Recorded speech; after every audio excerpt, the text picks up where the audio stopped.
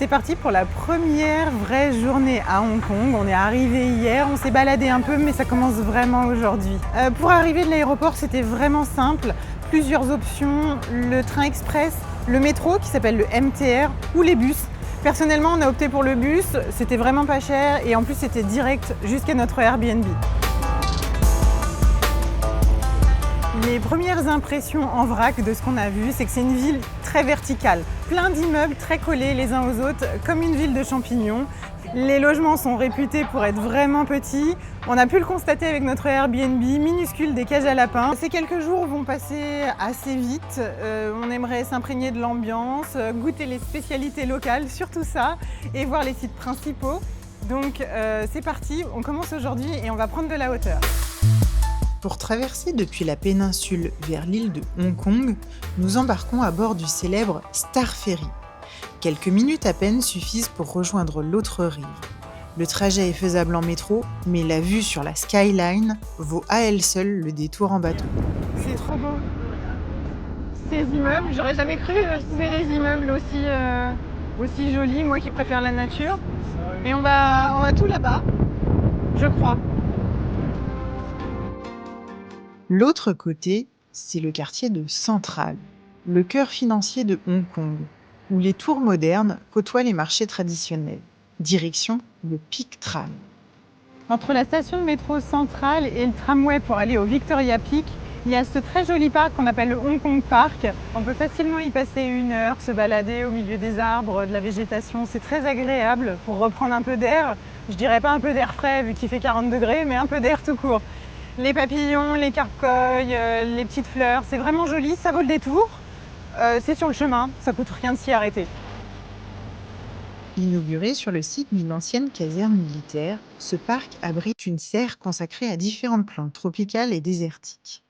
Parmi les attractions plus appréciées, on trouve une immense volière où évoluent en liberté des dizaines d'espèces d'oiseaux exotiques au milieu d'une végétation luxuriante. On y a croisé plein de passionnés de photos, alors à vos téléobjectifs, c'est le moment. En bonus, les visites de la serre et de la volière sont totalement gratuites.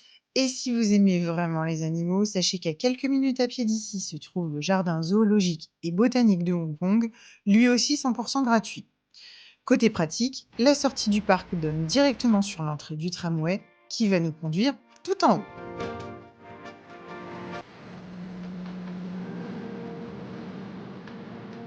On monte à 396 mètres, direction le Victoria Peak. Apparemment, ce funiculaire, c'est vraiment l'incontournable. On n'a pas beaucoup attendu au final. C'était censé être bondé. Pas tant que ça. On doit être au bon moment. En tout cas, on s'en rend pas compte. Mais c'est déjà très pentu.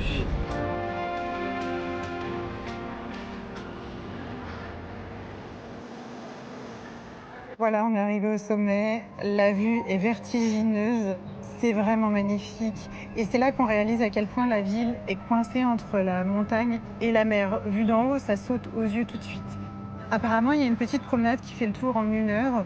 On va tenter ça. Et puis, on attend un petit peu. Il est 16 h.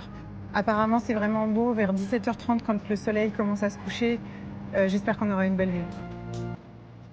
Plutôt que de payer l'accès à la plateforme Sky Terrace, qui est quand même à 9 € en plus, on vous conseille de rester ici gratuitement et honnêtement, la vue est déjà incroyable. La ville qui est de l'autre côté, ça fait un contraste énorme entre le calme de la jungle et finalement la frénésie de la ville juste en bas.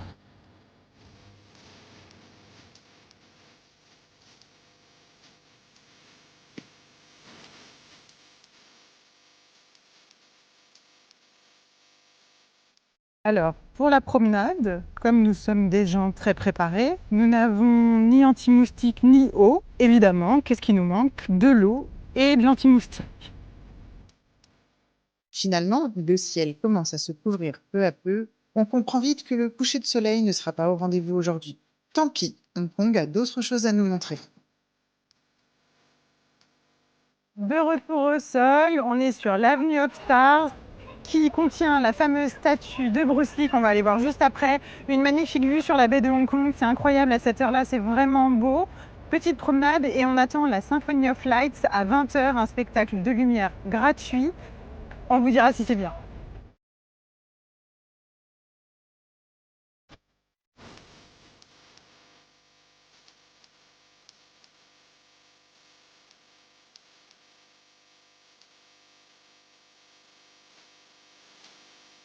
Bon, Symphony of Life, tout le monde en parle sur internet, etc.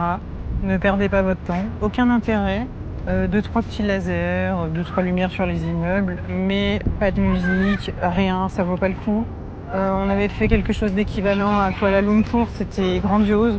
Là, si vous passez devant, ça vaut le coup, sinon, laissez tomber.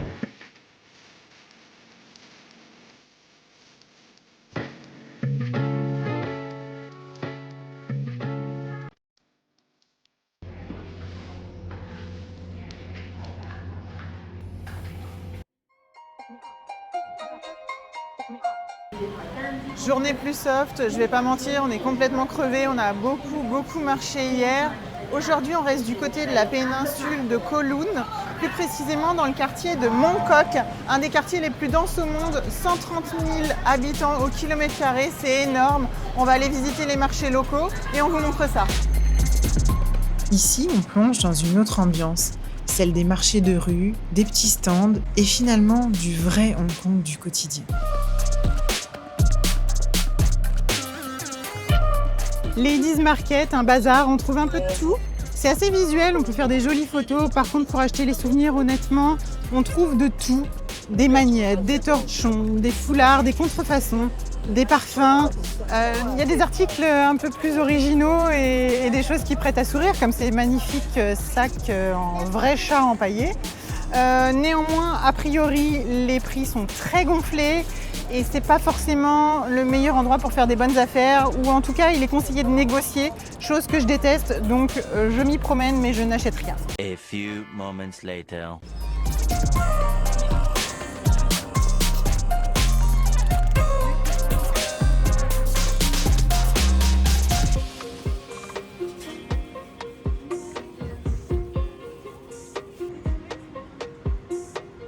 Ici, c'est Sneaker Street.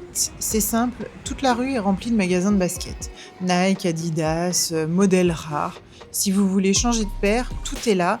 Et en plus, c'est détaxé à Hong Kong. Bon, j'avais pris le parapluie en cas d'averse, mais je cède à la tentation des locaux et je le sors contre le soleil.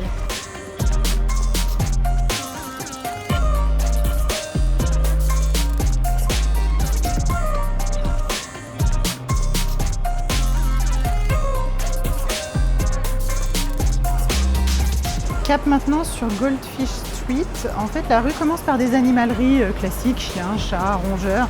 Et très vite, on arrive dans les boutiques d'aquariophilie avec un choix de poissons juste hallucinant. Il y a également beaucoup de tortues. Par contre, pour le bien-être animal, on repassera. Ils sont dans des sacs en plastique, en pleine chaleur. Je ne sais même pas comment ils font pour survivre. Il y a également plein de plantes pour aquarium, terrarium. Ça a l'air d'être de la bonne qualité. Finalement, les prix sont quand même assez chers. On a vu une petite tortue albinos, c'était l'équivalent de 40 euros.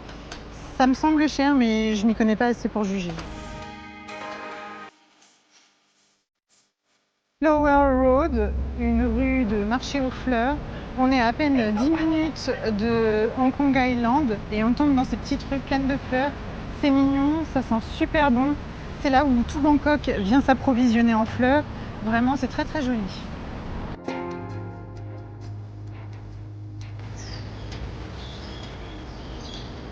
On est au Bird Garden de Mongkok. C'est un endroit assez connu depuis plusieurs siècles. Une tradition chinoise veut que les plus anciens se rejoignent ici le matin avec leur cage joliment décorée. Ils les suspendent aux arbres. Ils comparent le chant de leurs oiseaux, le plumage, voir lequel a le plus bel oiseau. C'est aussi un lieu de vente, un marché.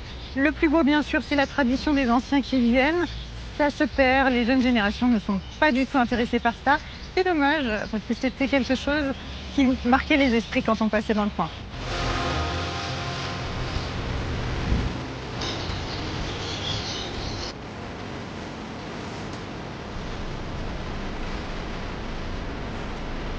Pour ceux qui sont fans, ne manquez pas la boutique Moomin à proximité. Ils y vendent des articles exclusifs à Hong Kong. Et avant que la pluie n'arrive, on file se poser à Kowloon Park. Là, changement d'ambiance direct. Ici, c'est une bulle verte. Au milieu du chaos de la ville, on passe des gratte-ciel aux flamants roses en 2 minutes. Après avoir fait du sport et un footing matinal, il est temps de reprendre des forces au McDo Kit Kat.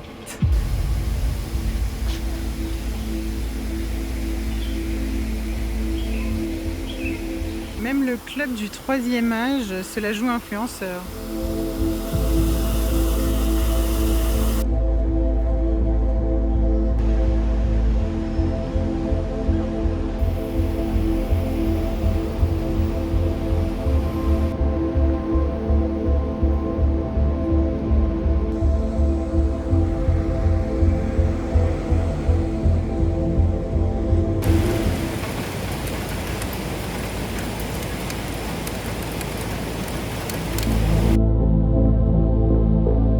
Dernier jour à Hong Kong, hier soir la météo était affreuse, ils avaient annoncé la même chose pour aujourd'hui.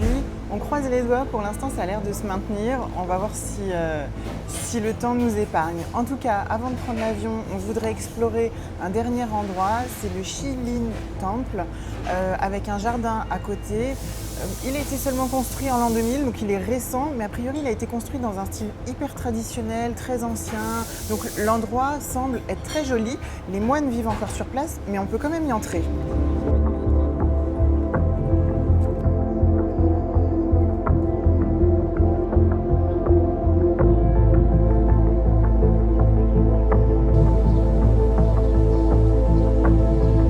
Pour être honnête, c'est vraiment mon coup de cœur de Hong Kong. Si j'avais su, on aurait fait ça dès le premier jour. C'est vraiment beau, c'est de l'architecture traditionnelle, même si c'est un temple moderne. Ils ont mélangé ça un peu avec du style japonais parce qu'il y a des bonsaïs et d'énormes bassins avec une collection de lotus, tous très différents, des variétés qu'on n'a jamais vues avant, même en Thaïlande. Je ne savais pas que j'étais fan de lotus jusqu'à le découvrir aujourd'hui. Vraiment, c'est très, très, très beau.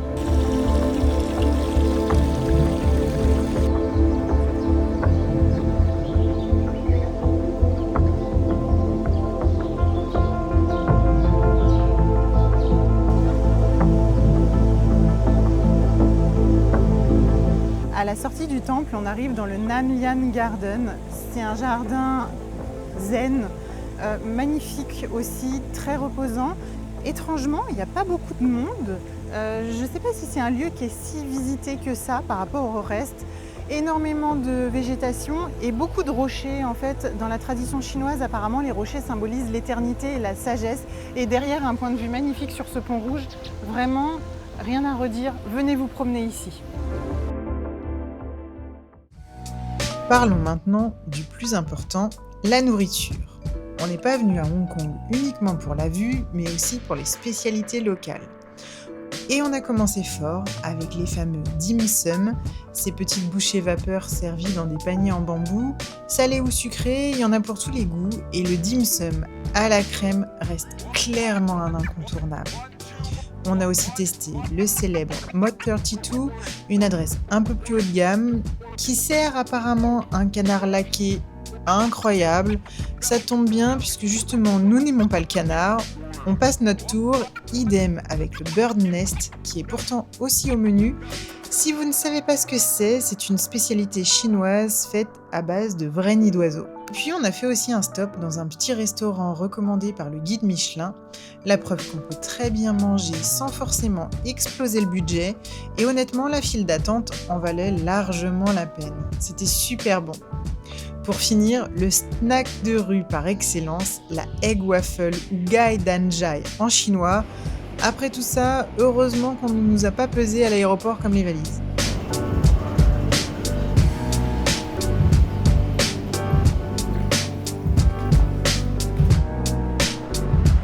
Et voilà, on est à l'aéroport, prêt à partir, et c'est le moment de faire le bilan de ces quelques jours à Hong Kong. Je commence avec ce qu'on a un peu moins aimé. D'abord, l'attitude de certaines personnes, pas forcément les Hongkongais uniquement, mais globalement tous les gens. On se fait pousser, pas vraiment de respect, les gens nous doublent, ils courent pour avoir le siège dans le métro, pour avoir la meilleure vue. Si tu es en train de prendre une photo, quelqu'un va se mettre devant toi pour avoir la meilleure photo.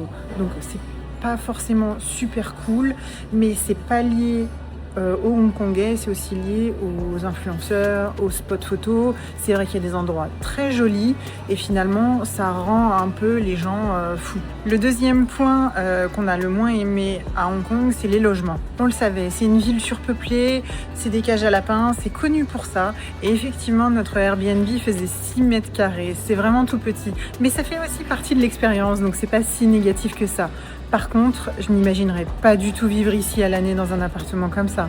Pour un court séjour, ça peut être une expérience, mais honnêtement, toute une vie serrée comme ça, non merci. Ce qu'on a le plus apprécié à Hong Kong, c'est une ville sécurisée. On n'a pas ressenti d'insécurité, pas de délinquance, vraiment, on peut laisser sa valise dans un coin, quand on revient, elle y est encore. Bien sûr, il ne faut pas s'amuser à le faire exprès, il peut toujours y avoir des risques, notamment dans les zones touristiques, mais honnêtement, on s'est senti en sécurité de A à Z. Deuxième point, la nourriture. On mange bien partout, il y a énormément de restos, et bizarrement, il y a quand même beaucoup de restaurants où il y a la queue à l'extérieur. Donc, cette ville surpeuplée avec plein de restos, et bien finalement, ils arrivent quand même à être complets par moment. Le troisième point vraiment positif à Hong Kong, c'est le transport. Que ce soit les bus, le métro, tout est facile, on peut payer en carte, pas besoin de retirer des dollars au distributeur.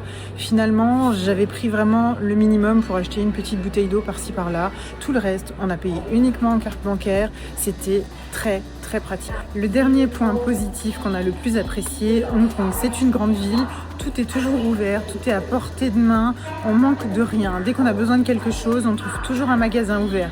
Les points de vue sont vraiment jolis, on peut trouver des endroits extrêmement beaux à visiter. D'ailleurs, on n'a pas tout visité et définitivement, on reviendra.